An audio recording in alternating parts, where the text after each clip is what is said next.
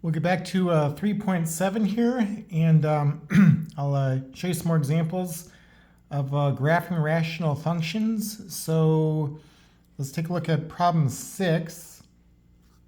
In problem 6, we want to graph the rational function f of x equal x squared plus 2 divided by x minus 1. So step 1 is to state the domain of f. And of course, I'm using these 6 steps from, before. Okay. So the domain of f is the set of all x such that x is not equal to 1.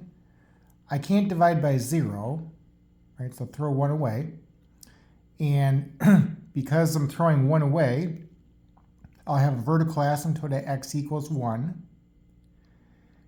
And okay, then in step 3, we want to determine if we have a horizontal or oblique asymptote. This one's going to have an oblique asymptote. How I know that is because the degree of the top is 2 and the degree of the bottom is 1. So whenever the degree of the top is 1 more than the degree of the bottom, you're going to have an oblique asymptote or a slanted asymptote. Okay. Now, how I will get that equation would be through division. Okay, so let's go ahead and divide. I want x minus 1 going outside the division bar and x squared plus 2 going underneath the division bar. And to divide, we'll want x up top. X times x minus 1 is x squared minus x. And we're subtracting those expressions. X squared minus x squared is 0. 0 plus x is x. And then 2 minus 0 is 2. So I get x plus 2. If I tack on a 1 after the x, 1 times x minus 1 is x minus 1. And again, I'm subtracting those. X minus x is 0. 2 plus 1 is 3. Okay, so 3 is the remainder. The complete leftover information would be a fraction that I'm adding to the quotient. So I'm going to add 3 divided by x minus 1. And by the way, just for the record, I'm using long division here. I didn't need to use long division. I could use synthetic division. Okay. In this last example, I had no choice but to use long division, right? Because I don't have a binomial. I have a trinomial, or there's 3 terms in the denominator. So you can only use the synthetic division whenever you're dividing by a binomial, remember. All right. So I'm going to ignore the leftover information, and I'll write as an equation, you got y equals x plus 1. The reason why we're ignoring the leftover information is because that's going to go to 0. Right? If we compare the degree of the top to the degree of the bottom, I have a degree 0 polynomial up top. I don't have any x's up top. Divided by a degree 1 polynomial down under. Okay, well, 0 is less than 1, so y equals 0 would be a horizontal asymptote, but I'm going to add x plus 1 to that. So ultimately, I end up getting y equals x plus 1, which would be an oblique asymptote. Okay, that's a slanted line. Okay. So now we want to know if we're going to cross the oblique asymptote. It is kind of rare for you to cross an oblique asymptote. It can happen. It's pretty rare when that happens though.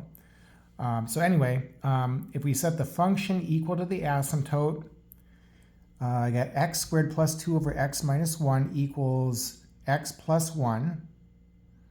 And we'll solve for x. So multiply both sides by x minus 1. And you'll have x squared plus 2 equals x plus 1 times x minus 1 is x squared minus 1. X squared plus 2 equals x squared minus 1 means that the x squareds would cancel.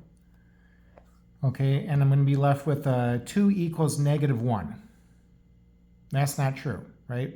But x fell out completely. And we got a statement there that's not true. So that means that there's no point at which the graph is going to cross the oblique asymptote. So I'll just write none for that.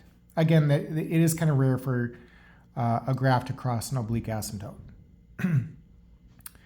Okay, so then the next thing is to get the intercepts, the x-intercepts and the y-intercepts. So to get the x-intercepts, I'll let the function be 0 and solve for x.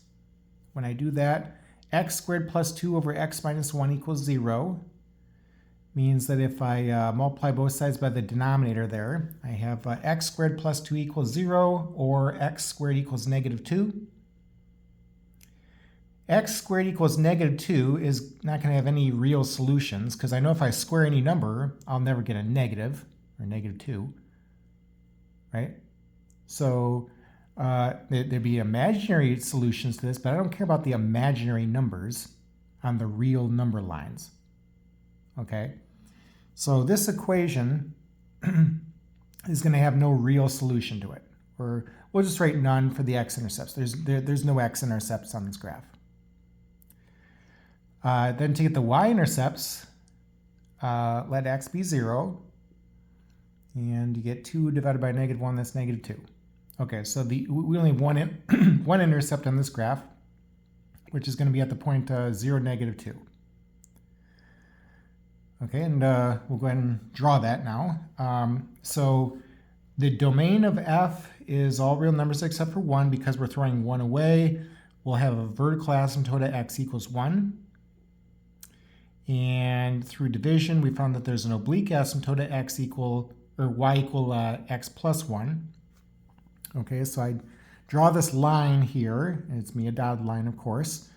So 0, 1 is the y-intercept, and the slope is also 1. So starting at the point 0, 1, I'm going to go up 1 to the right one, up 1 to the right one, up 1 to the right one, or go down 1 to the left one, the same thing, right? Down 1 to the left one. And I draw that line, make sure it's a dotted line when you draw it. Okay. We don't cross the oblique asymptote. Okay, that's kind of rare when that happens, but so we don't. Anyway, we don't have to worry about that for this problem. And I only have one intercept on the graph, which is at 0, negative 2. Okay, so after doing all that, I only know 1 point on the graph. But I also know some key information on this graph, like the asymptotes and the domains, things like that. So you'll need a table of numbers to finish off this graph. Again, these functions are very typical. They have extra points plotted where you're going to have to get values from a table. So let's see. Let's get the lower left section done first. 0, negative 2 is on the graph, right? And if I let x be negative 1, and I plug that into the function, negative 1 squared is 1, plus 2 is 3, divided by negative 2. Okay, so negative 3 halves, that'd be the output. Or the point negative 1, negative 3 halves, that point is on the graph. Okay, and so I think what's happening here is that we're going to be starting off in the lower left-hand section, and the graph has to flow with these asymptotes, right? That's why they're there. So I'm going to be below the oblique asymptote. We'll be coming along, pulling away from that slightly, and we'll go through the point negative 1, negative 3 halves, and then we'll come back down. We'll also pass through the point 0, negative 2, and then we'll head downward, getting closer and closer to this vertical asymptote. Okay. Let's check the right side of the vertical asymptote next. So if I let x be 2, some number bigger than 1. Okay, so if x is 2. 2 squared is 4, plus 2 is 6, divided by 1 is 6. So the point 2, 6 is on the graph. And if we let x be 3 next, then 3 squared is 9 plus 2 is 11 divided by 2. That'd be 11 halves, or 5.5. That's on the graph. Okay, so this curve is going to be coming down the vertical asymptote, pulling away from that slightly. It's going to pass through those 2 points and then approach the oblique asymptote. Something like that. Okay, so just to kind of, well, two things here. So the first thing, now how do I know that the curve maybe doesn't come up and pass the point -1, -3 halves, and maybe come up, cross the x-axis, and then come back down? I know that that's not going to happen because I don't have any x-intercepts, right? Like this is not totally useless information to me. Okay, that's not going to happen, right? So you know, everything that you're doing here is useful for graphing. So keep that in mind. Now, just a quick recap on the asymptotes. Okay, so the vertical asymptotes are going to be all the numbers that you're throwing away as a result of the domain, right? The horizontal or oblique asymptotes, that's different because you're comparing the degree of the top to the degree of the bottom. Whenever the degree of the top is less than the degree of the bottom, y equals 0 is a horizontal asymptote. There's no work to do. Okay. Whenever the degree of the top is the same as the degree of the bottom, you're going to divide, and you'll have a horizontal asymptote at that spot. It's not going to be at y equals 0, though. It's going to be at y equals some other number. Now, the very quick way to get the number would be just to compare the coefficients that are in front of the leading terms there. So I have a 1 in front of x squared up top, a 1 in front of x squared down under. 1 over 1 is 1, y equals 1, the end. Okay, so like what if I had a 3 in front of x squared up top and a 5 in front of x squared down under? Then what would be the horizontal asymptote? Well, it's going to be y equals 3/5. Okay, so all I'm doing is I'm comparing the terms with the leading degree, their coefficients, to get the horizontal asymptote. But now on the quiz and the test, like I'm going to want to see the division process for how you get that asymptote, right? Because like one of the things that I'm testing you over here is that you can divide completely and you can divide correctly.